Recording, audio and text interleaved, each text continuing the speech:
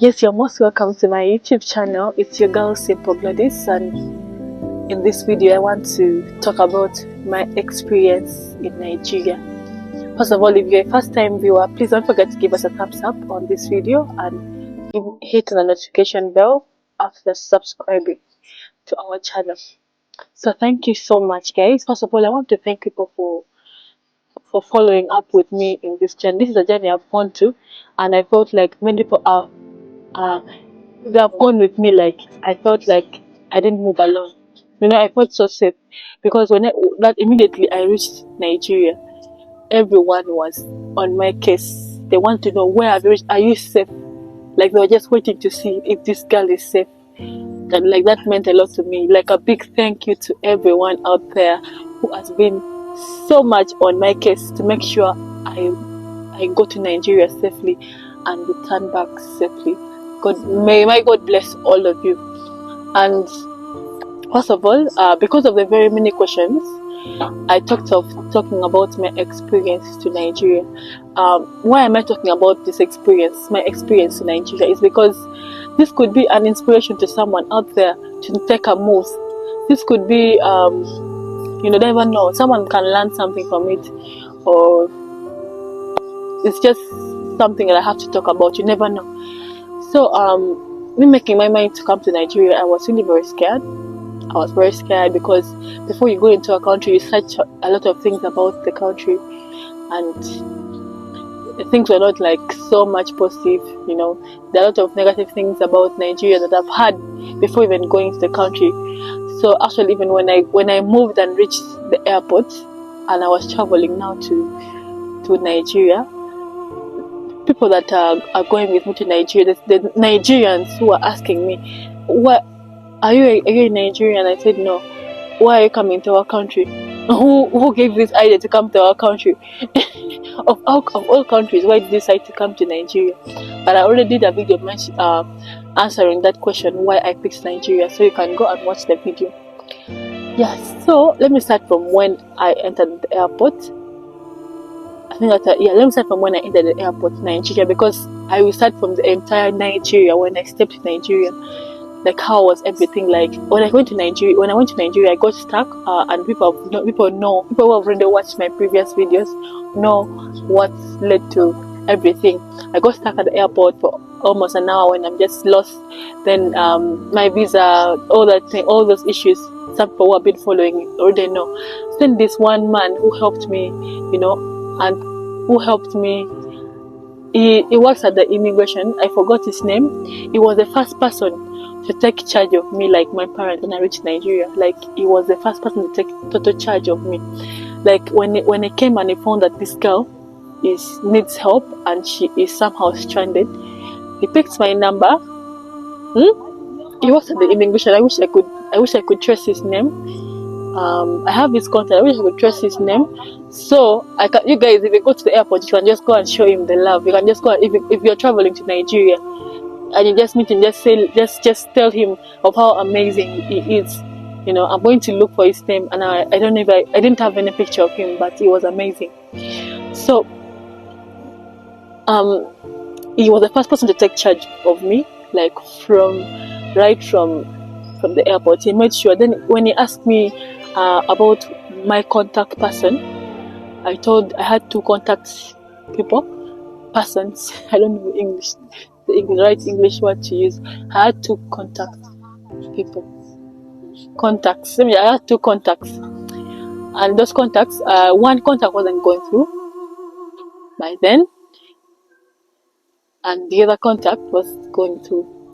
So when we were done with the visa and everything, the entire visa issue, it was only 8 p.m. and I didn't know where to go. I didn't know where to go. I didn't know who is going to take me there to wherever I'm going to, because I thought I was not going to sleep at Lagos. I thought I was going to reach at midday, then immediately get a vehicle that is taking me to the east, the southeast. So because of course, as you all know, I was heading to Ebon. So that happening, already. I've already been crying at the airport because of the issues I've been finding at the airport and the problems I had at the airport. Then again, another problem comes in of, then this guy took charge. He took complete charge of me. He said, I'm going to make sure. He picked my number. He picked me, took me to just a SIM card, to change money. Remember the other money issues, they helped me with it, and I got someone to change my money, which is what was a very hard thing. We had to use another procedure, which I don't want to talk about right now. So we had to use another procedure to pick money, naira, so that I can use all through Nigeria. So after that entire process, I was not feeling like eating. So I lost my appetite completely. So this guy was so concerned about me, like, did you eat anything? You need to eat something, everything like that. I said, no, I am fine, thank you. Like, he got for me water. I gave me this egg rolls to eat. The egg rolls, like the Nigerian egg rolls. He gave it to me like it was his own. He wanted to eat it, but when he saw me like the way I was, he said, I think you need this. He gave it to me to eat it instead of him. That was the guy at the immigration who worked at the immigration. So I got that thing, but I couldn't even eat it. I was hungry, but I wasn't having appetite.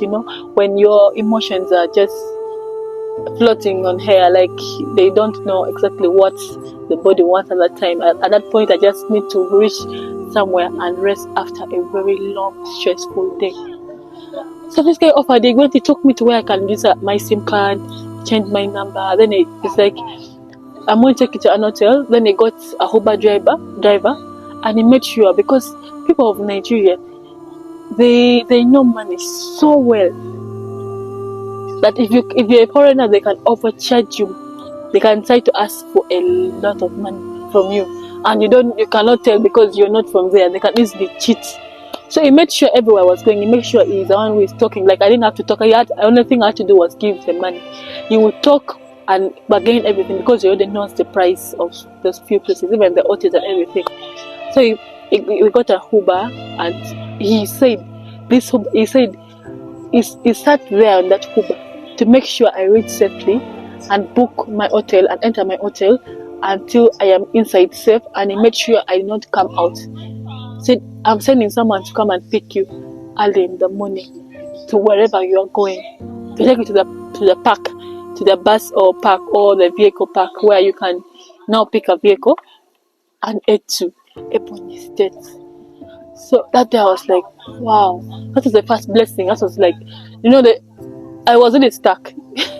I was completely stuck. The way God was just working everything, I'm like, God, this is a sign, because already I was at lost hope, and I'm like, how is it going to be like?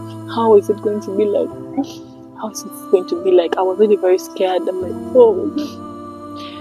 The guy, the way I cried at the airport, Jesus, I cried, because I wasn't understanding what is now happening. I was really stuck. So from there, from the hotel, in the morning, this guy came and picked me. This guy that brought me, the other guy sent him to come and pick me early in the morning to take me to the park. When they took me to the park now, I went and got a vehicle going direct to Ebony. So along the road at Ebony, the only thing I ate that evening was turkey.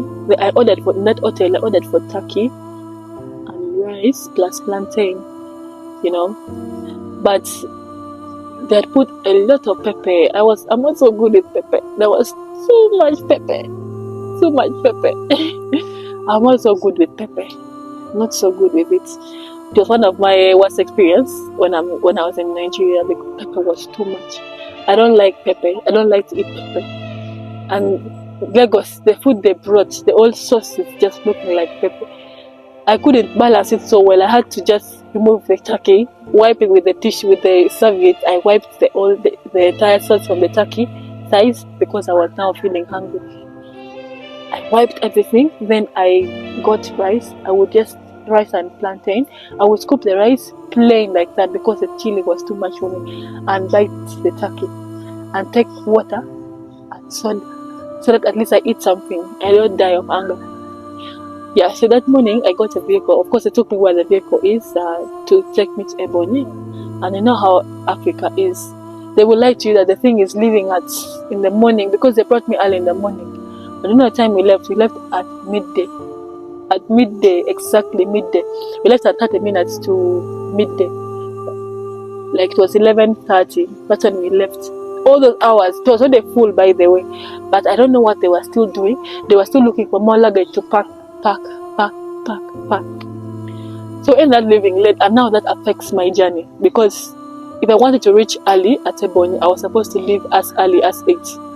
So that at least by 7 in the evening or 8 in the evening, I've reached Ebonyi. Ebonyi is like 10 hours away from Lagos.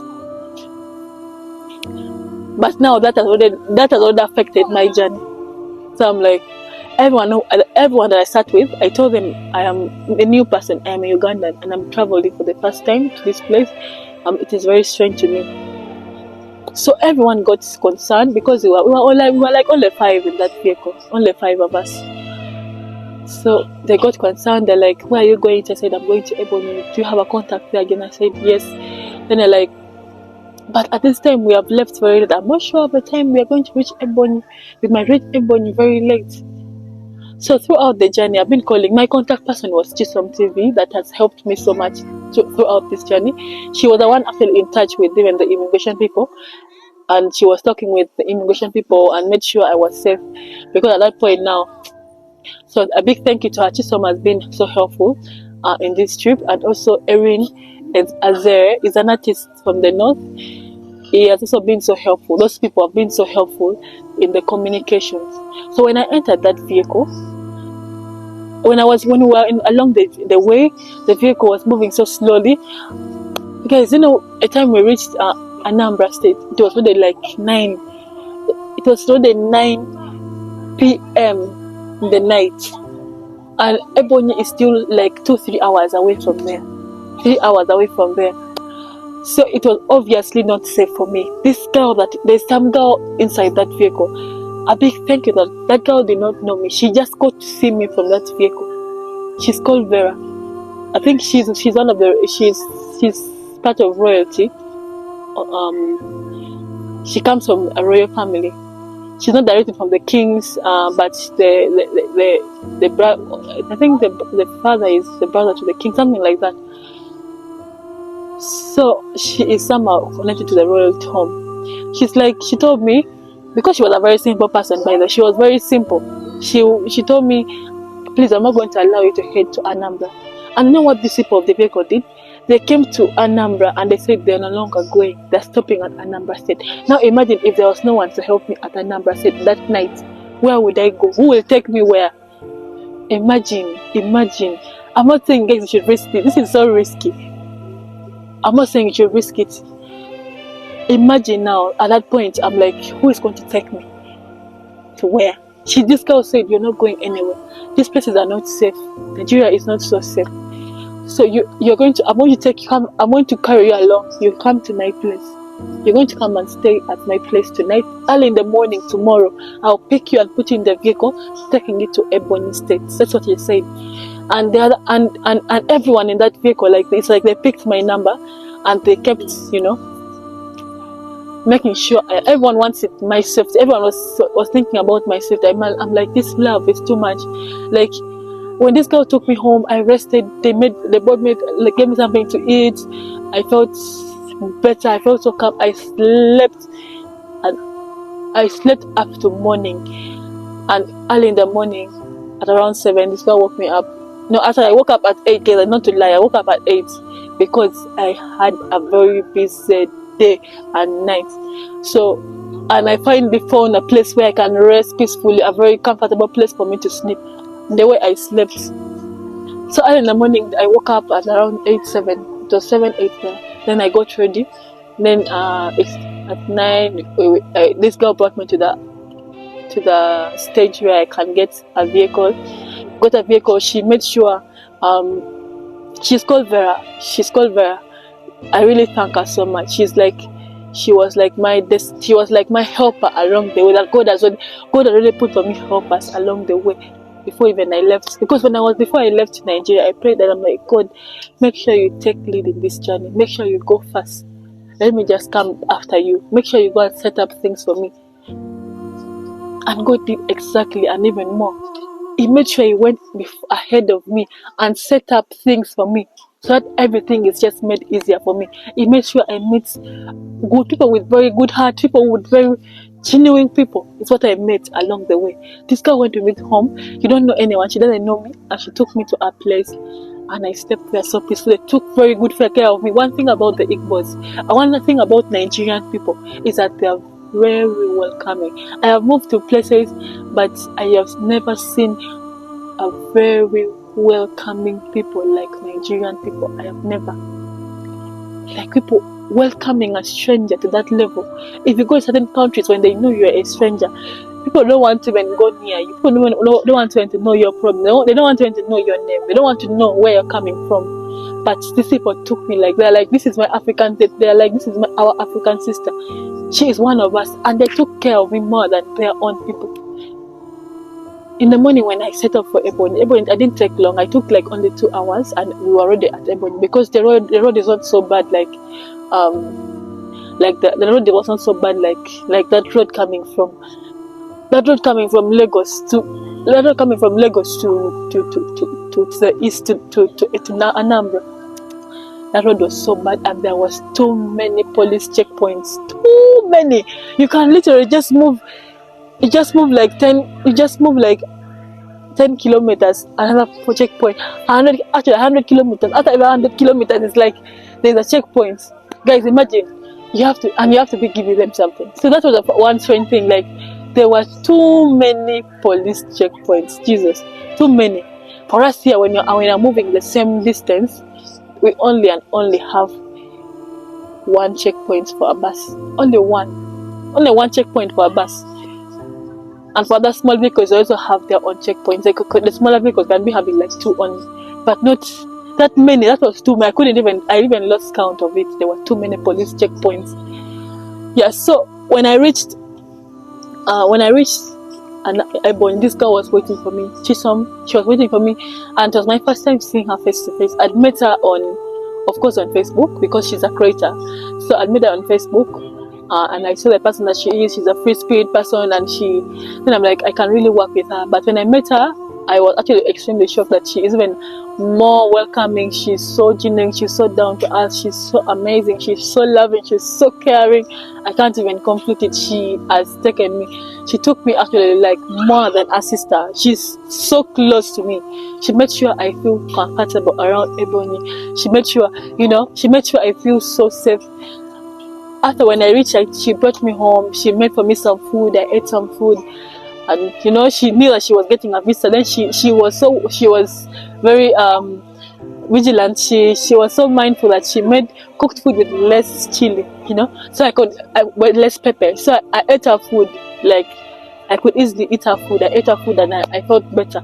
And from there we went straight to our village. And when we went to the village, we first went to the market. Because our mama is at the market, so I went to the market to do some shopping. I'm going to post a video of the market. I did some videos of the market, and it was really amazing. AK all fair markets. Yeah, it was a market day actually. It was a Sunday and it was a market day, so it was a beautiful day. I'm telling you, God planned everything for me.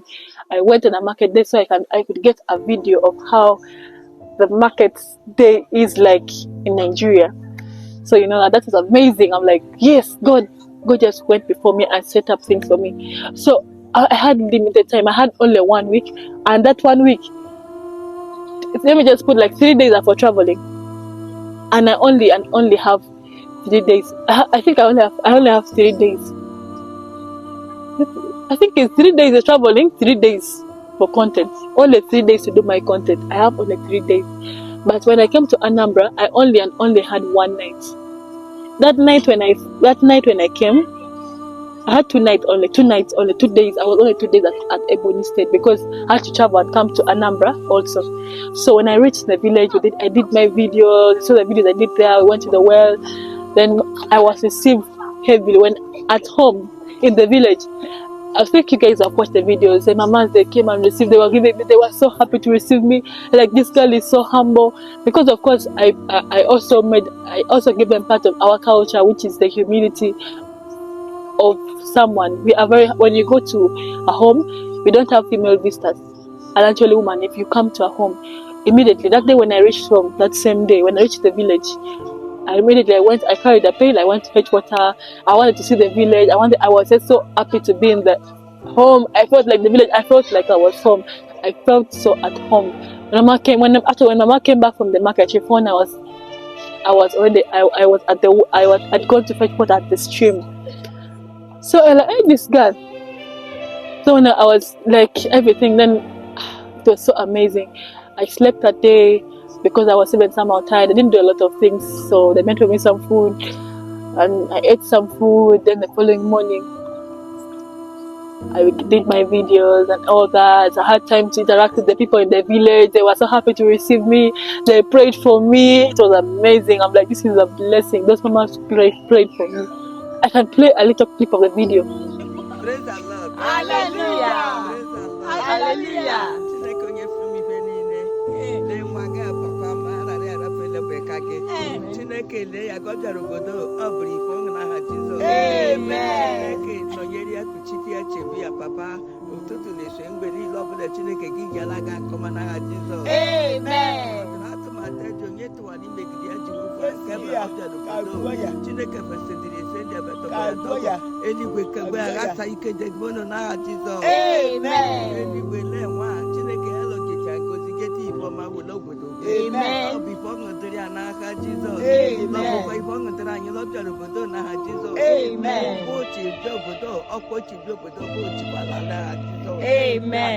That was a prayer they made for me. I did not understand what they were saying actually, but I felt like it was so powerful, and they were actually it was a blessing. It was a blessing to me, getting those elderly women to pray for you, without even you forcing them, and they just get and they start praying for you like that. I'm like, wow, this is a blessing. They gave me granules, they gave me one.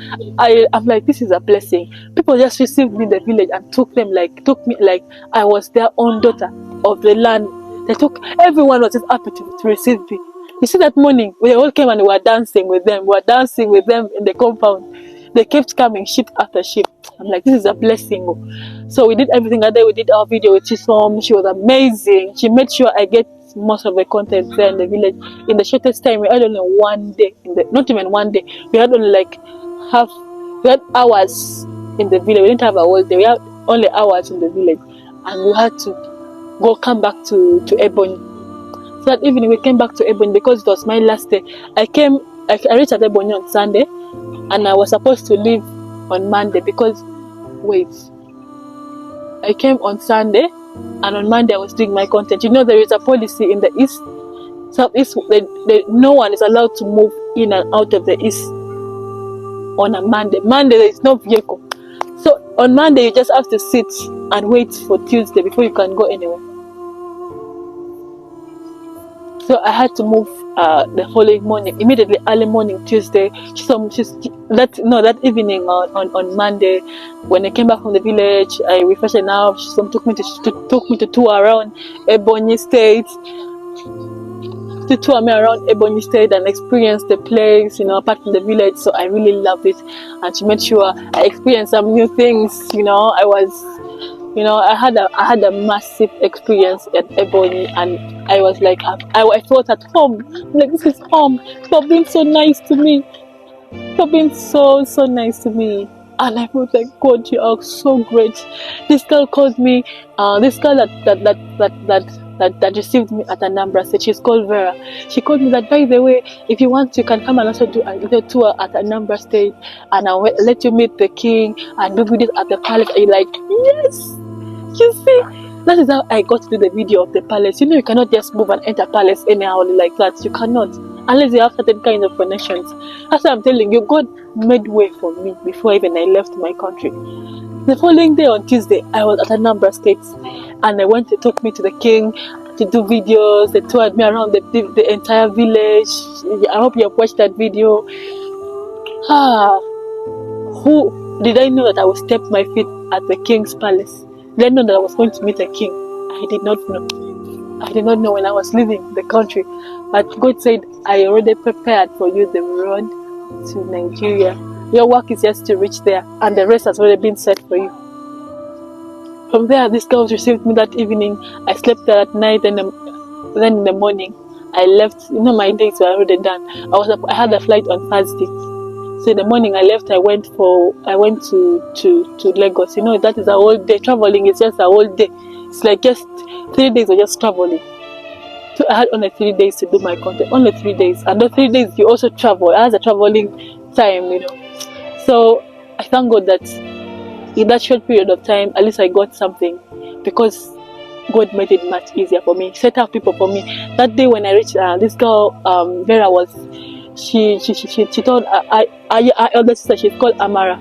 She was so nice. She said she took me to and made me get enough content. She gave me the courage to do content. She told me, "This is don't be free. This is our this palace is we are close to the palace. So don't fear anything. Ask any question. Ask anything." That's when I got what's the name of this man? It's called Jesus. I forgot his name. He also helped me to tell me some of the histories about Ebony and about the East. Since Henry Kingdom was the biggest, like one of the greatest ancient kingdom in Nigeria. So he was trying to give me some few information. I got to connect with people just like that, and it was amazing. Just within just few hours, I came to Anambra. I reached Anambra like around midday, and that same day I went to the palace and did videos. I toured the museum. Like, God is great. Then the following day morning, this girl Vera, she still brought me up to the taxi stage. And the thing is, this girl brought me up to where I can book from. She even pays the fare, and she doesn't want me to give her back the money. I was trying to give her some money. Please have this money.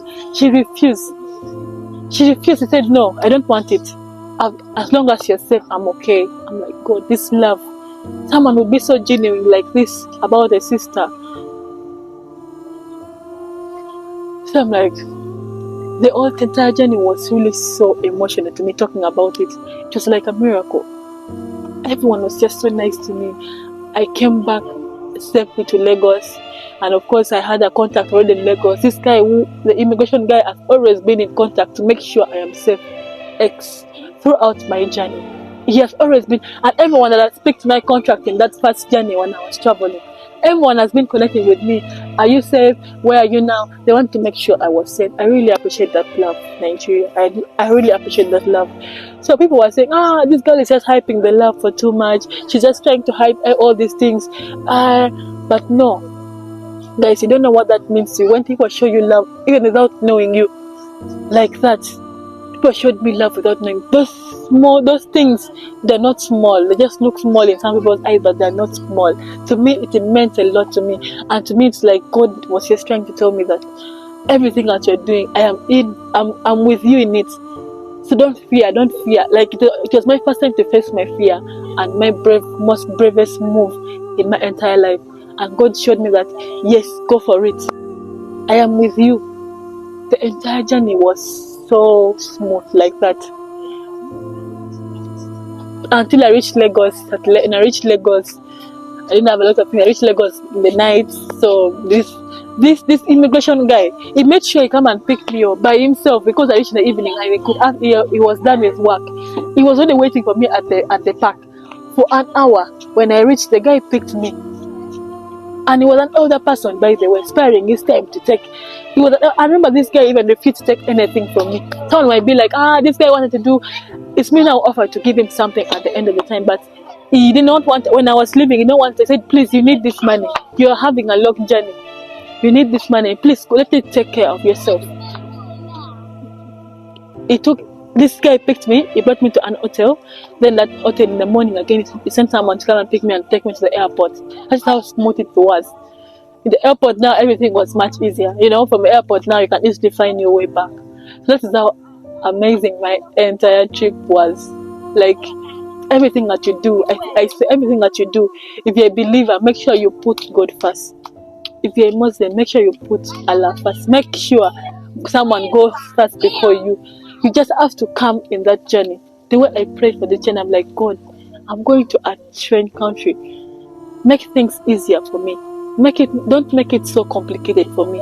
And God did exactly that, and even did more. And He made sure He does more for me.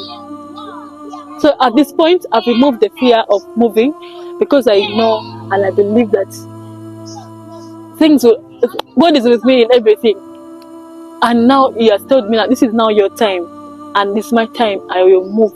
Nothing will happen to me wherever I will go, because I already have His blessing, and people are already giving me the blessing. And also, everyone is just amazing to me, and I thank God so much. I thank you all so much. And also, guys, don't forget to be part of our amazing program. You can support us in any way. You guys have our membership. You can go and join our membership and join our travels membership, to support our travels. It really means a lot to us. Just not you can go ahead and support us. You can even be like, God, if you're going to this country, please let me pay this flight. It will really be amazing. It will be a blessing to me. I will really appreciate any kind of support. The emotional support you guys have been giving me along the way was also a lot, and I really appreciate it. I appreciate a lot. My good Lord bless all of you, and thank you for watching my video, because it's getting dark. I think I'm just adjusting my teeth now. I'll see you guys again on my next video. Bye bye.